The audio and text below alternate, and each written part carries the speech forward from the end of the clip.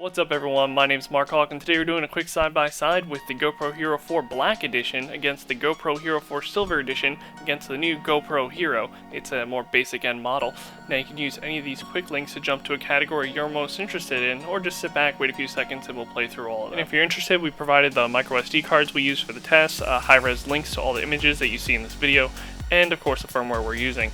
But if you want a more action-focused comparison, we have all three of these cameras taken up in a helicopter. You can check that out at the end of this, or click the link in the lower left. So we're going to start by taking a look at what each camera is capable of at 30 frames per second. Now the GoPro Hero4 Black Edition is capable of filming at 4K at 30 frames per second, and the GoPro Hero4 Silver Edition is capable of filming at 2.7K at 30 frames per second, and the GoPro Hero Basic Edition is capable of filming at 1080p at 30 frames per second. Now necessarily filming in the best resolution isn't the best quality you can get out of the camera. Certain factors such as how many frames per second can actually affect how the quality of each frame looks. So if you have less frames, it gives the camera more time to think, more time to pump more data through, more time to collect light, and you can potentially get a better image. But if you're building a big giant 4K image, that's still a lot of stress on the pipeline. So we're kind of break this down, but right now we're going to take a look at where each camera lies at 30 frames per second at their max resolution. So the GoPro Hero4 Black Edition is filming at 4K 30 frames per second with the Protune LUT on, and it's using the GoPro color grade. The same goes for the GoPro 4 Silver, except it's filming at 2.7K at 30 frames per second, and the GoPro Hero Basic doesn't actually have a ProTunes option. It is filming at just 1080p with its normal GoPro color grade. What ProTunes will allow you to do is it basically increases your bit depth. This will actually increase the quality of your footage. It requires a slightly higher micro SD card, so if you're filming with something that is a class 10, you want to make sure it's writing at a speed of 60 megabytes a second or more if you're filming on the Hero4 Black. If you're filming with the Silver, you can probably get away with a 45 megabits second or faster, and the GoPro Hero Basic actually is fairly low in bit depth. I think at most it can push out is 28 megabits a second, so any high or modern class 10 card should do just fine. You'll notice that even with all the ProTune settings fairly the same, each of these cameras has a very different sort of color profile. I'm going to kind of say ignore that for now. We'll kind of get more into that a little bit later. We're going to focus on clarity and sharpness right now, because that's kind of the big quality factors that matter to me and probably matter to you. Now, all three of these images in this small size, it's really hard to tell where the differences lie, especially with the YouTube compression that you guys are watching this through. So if we scale it up to 150% here, you're going to start to notice that it's a little bit softer with the GoPro Hero Basic Edition. The Silver actually does a pretty good job of degrading the image while still keeping it kind of sharp, but it's still on the softer side. And if we bump it up here to 200%, you're going to notice, if we bump it up here, now if we bump it up to 300%, you're going to notice the GoPro Hero4 Black Edition is incredibly sharp, but it also is retaining a lot of that grain, and that might be due to that sort of bit depth stuff I was telling you about.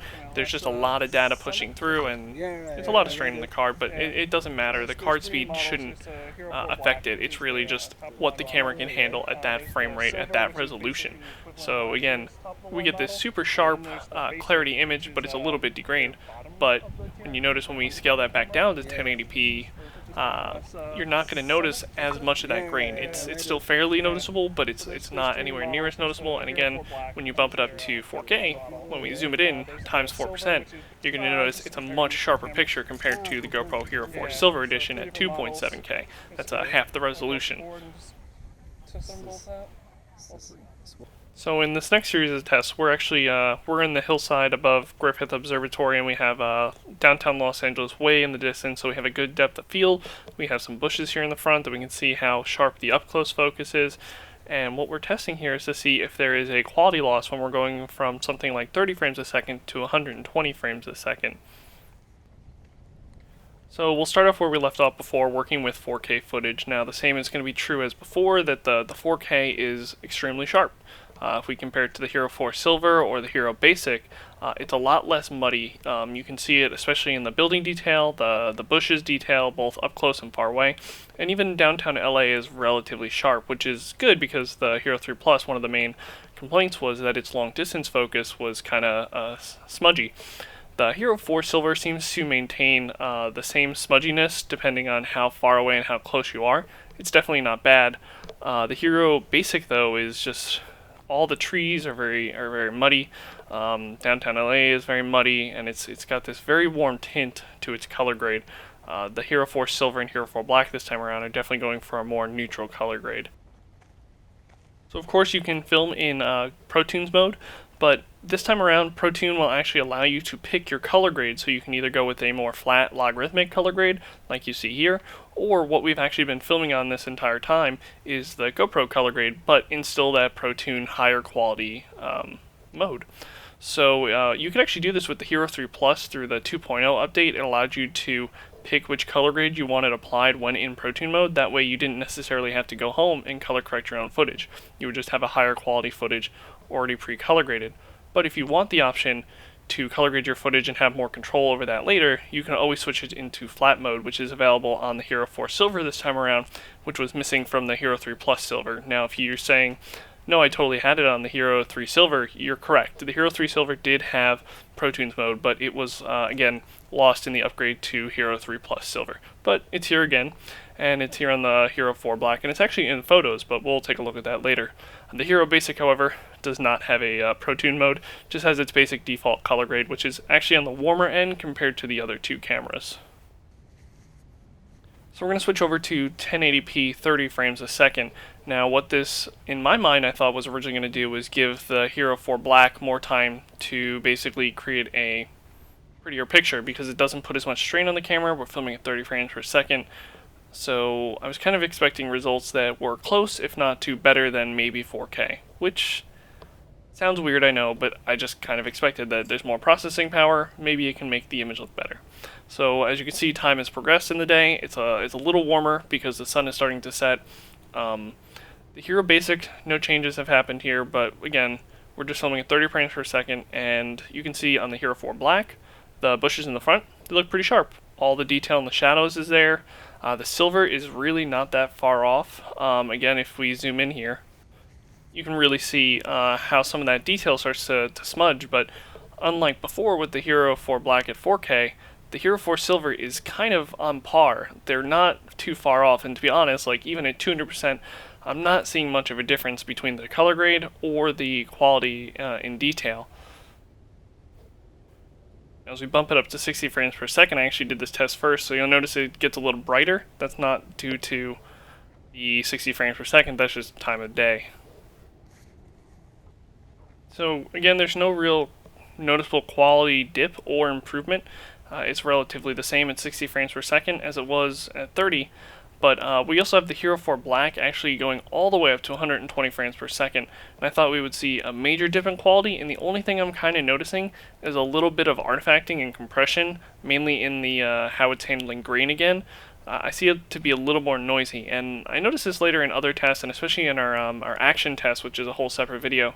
The Hero 4 Silver is either degrading the plate more, or it's processing that sort of part better.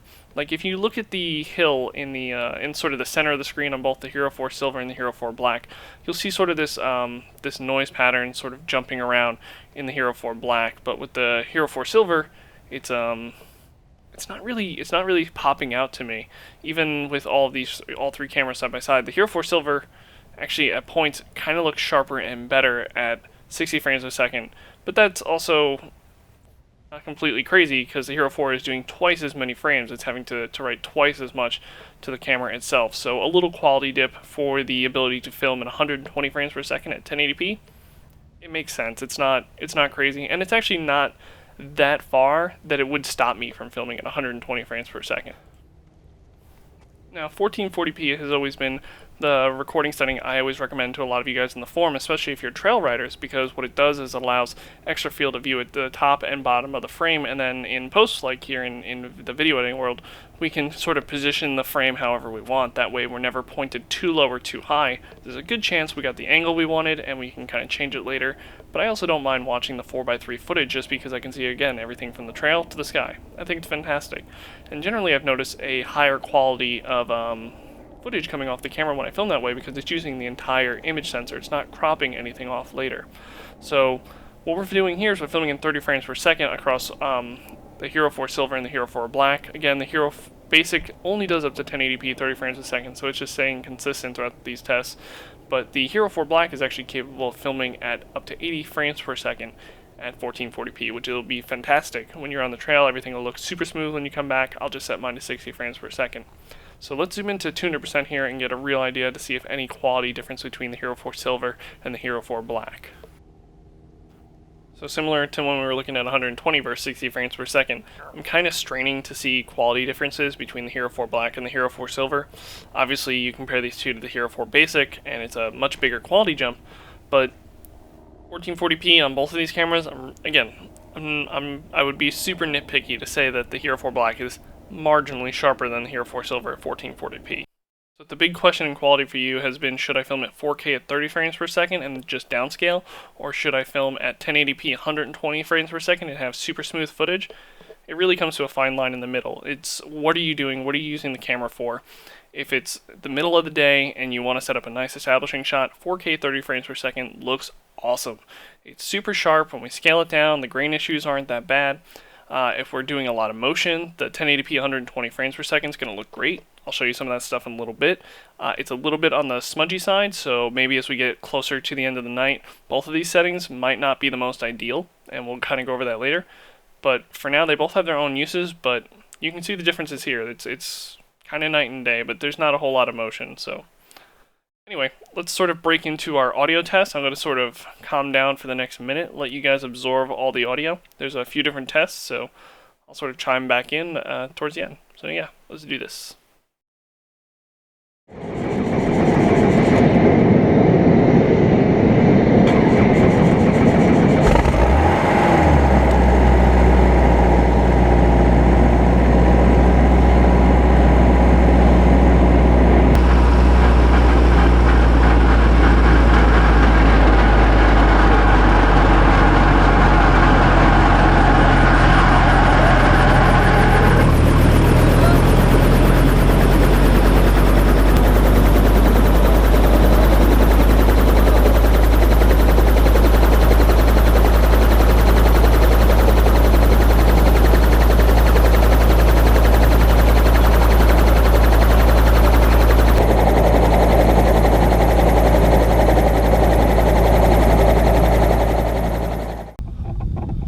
What's up everyone, my name is MarkHawk. It's pretty dark up here.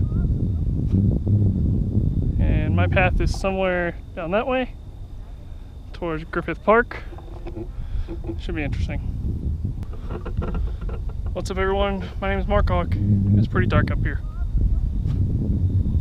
And my path is somewhere down that way, towards Griffith Park. Should be interesting. What's up everyone, my name is MarkHawk. It's pretty dark up here. And my path is somewhere down that way, towards Griffith Park. Should be interesting. So in this section we're going to start testing the low light capabilities of these three cameras. The GoPro Hero Basic is kind of based off the Hero 1 HD hardware from my understanding, so I'm kind of curious to see how it will handle varying light. And what I mean by that is, like, let's say we have a bright horizon line like we do here, how well does it compensate at exposing the ground that's sort of dark or mildly bright below it? So here it's doing a fairly good job, even though, again, it's on sort of older hardware. GoPro has taken steps to improve their software running that hardware, I've noticed. Now with the GoPro Hero4 Black and 4 Silver, filming at 4K, 2.7K, you'll notice there's a wider range in sort of the black values and white values, so it's not as crunched as the the Hero Basic. So while it looks a little washed out, again, we have more wiggle room later, and this is with the GoPro LUT on. Now if we look at all four of these cameras, what I'm going to do is I'm rotating the camera up and down to see how it handles looking at a bright sky, then looking at the dark ground. I'm just seeing how quick and how much it sort of fades between those two settings, trying to find a good balance between the two.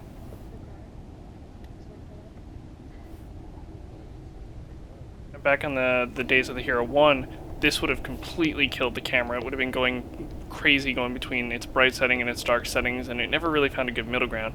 With the Hero Basic, it looks like there's been some improvement to fix this, and Honestly, I'm actually surprised. I thought it was going to be a lot worse. So, for low light capabilities where the sun is still visible, Hero Basic holds up kind of well. However, I can't really say the same for the Hero Basic once the sun sets. Now, you'll notice if you look into the valley, it's completely pitch black. It's not able to pick up any of those values or compensate for whatsoever. The Hero4 Black, however, and the Hero4 Silver are doing a pretty good job of keeping that valley open and lit. It's still a little grainy, but again, we're dealing with a very small image sensor and slowing it down to 30 frames per second, and other than going down to 24 frames per second, we can't really let more light come in without the video starting to get choppy. And as we zoom out, you'll notice the Hero4 Basic again. All that footage is basically completely useless. The Hero4 Silver and Hero4 Black give us a lot more to play around with.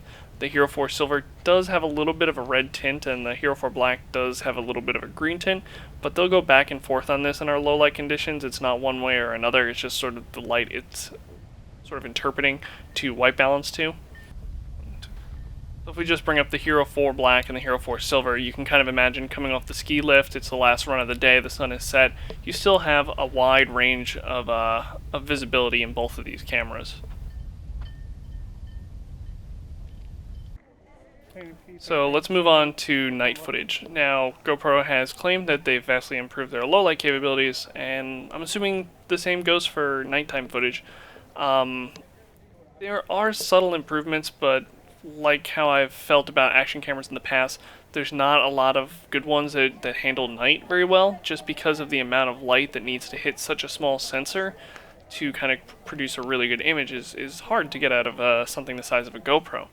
So what we have here is we have 1080p 30 frames per second, and we're filming with the GoPro color grade on. Now the reason why we have the GoPro color grade on and Protunes turned on is because it's going to reduce grain. No, actually that's not true. That's why we do a test later on. So we have Protunes on, and we have the GoPro color grade, but it shouldn't be degraining the footage because when you have Protunes turned on, it turns off your ability to do that. So if we zoom in here, you'll notice everything has this greenish tint with the GoPro color grade. And that's not a mistake on my end, that's the raw footage right there. In the Hero Basic, the footage is basically unusable. The Hero4 Silver and the Hero4 Black are so green that I can't imagine it would be easy to color correct that to be slightly usable. So what if we were to switch that up to be filming in flat mode, their logarithmic type of format? When we switch to flat, it's something that's much more natural. In fact, I feel like I have a ton more range here. My only issue is I have a ton of grain. But honestly, I'd rather deal with a degrainer than try and recolorize night vision footage. So the image continues to be a little grainy, especially now that we're in flat mode. It should be a little more noticeable because the camera is trying to compensate the low light by gaining up the camera a little bit to give you a better image, and then as a result, you get much grainier footage. Not as bad as I expected, but if you actually wanted to reduce that, you could now go in when Protunes is enabled and actually limit the ISO limit. So you can sort of automatically set it to go as high up to 6400, but let's say you didn't want this much grain, you can actually set it down to something like 1600, but your image is going to be much darker, and it actually might be closer to the Hero Basic when you were to do this. But you actually have options, and that's always good. You don't want to take away options. Giving the user more options is good.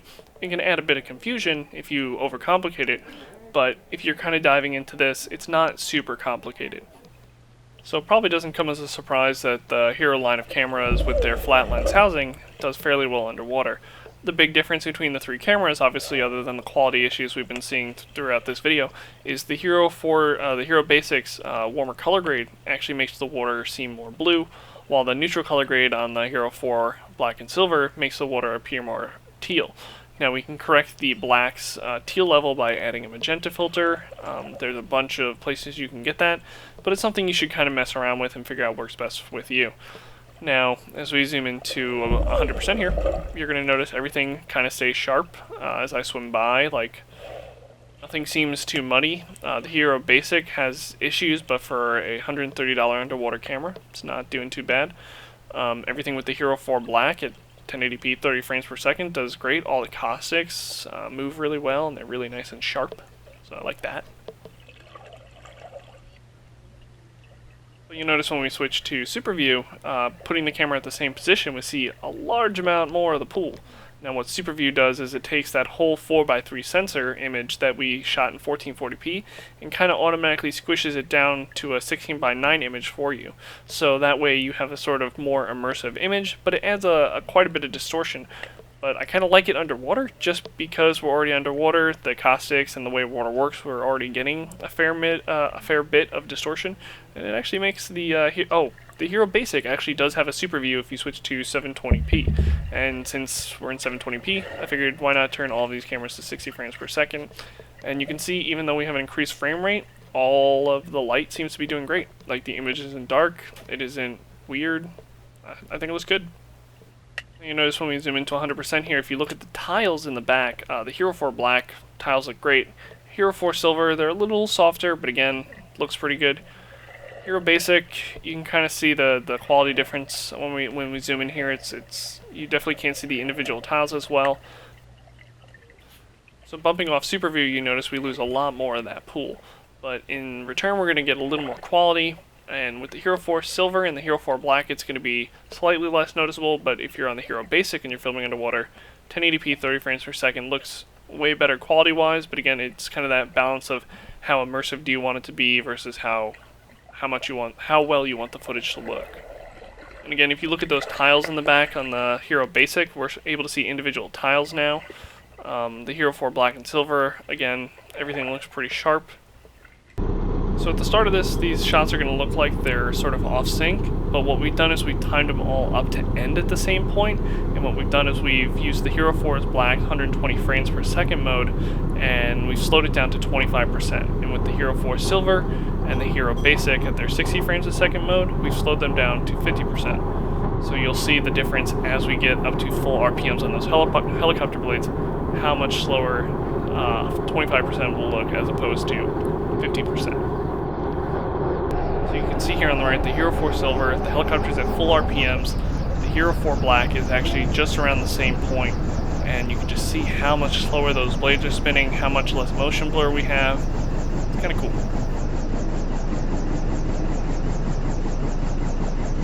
And this is around where the clips start to sync up.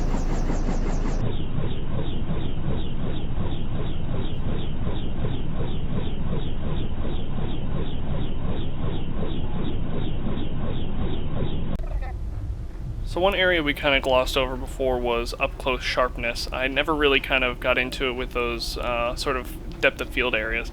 So here we're going to take a look at me sort of messing around with my camera, taking photos for the icon, and we'll be able to read the text on the iPhone here, and we'll be able to look at the edges and stuff like that. So I'll just kind of let you guys take it in, but you know, some key areas: look at the text on the phone, look at the ink design on my shirt, and yeah.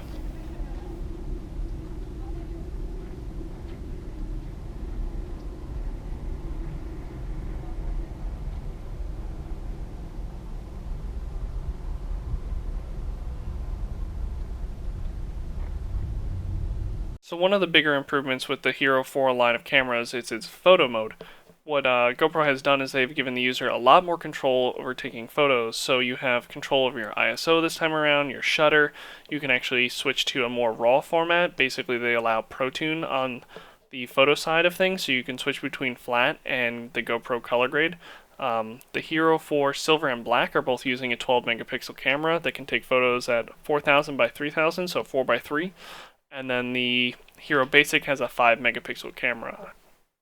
So we're back where we started, looking at Griffith Observatory from the hillside.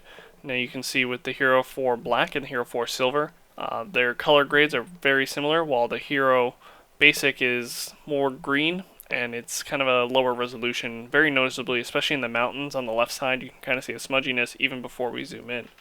So if we're looking at the bushes on the Black and the Silver, again, the branches, especially in the bush up close, have a lot of detail. Griffith Observatory seems to be fairly in focus, though we are kind of far away from here.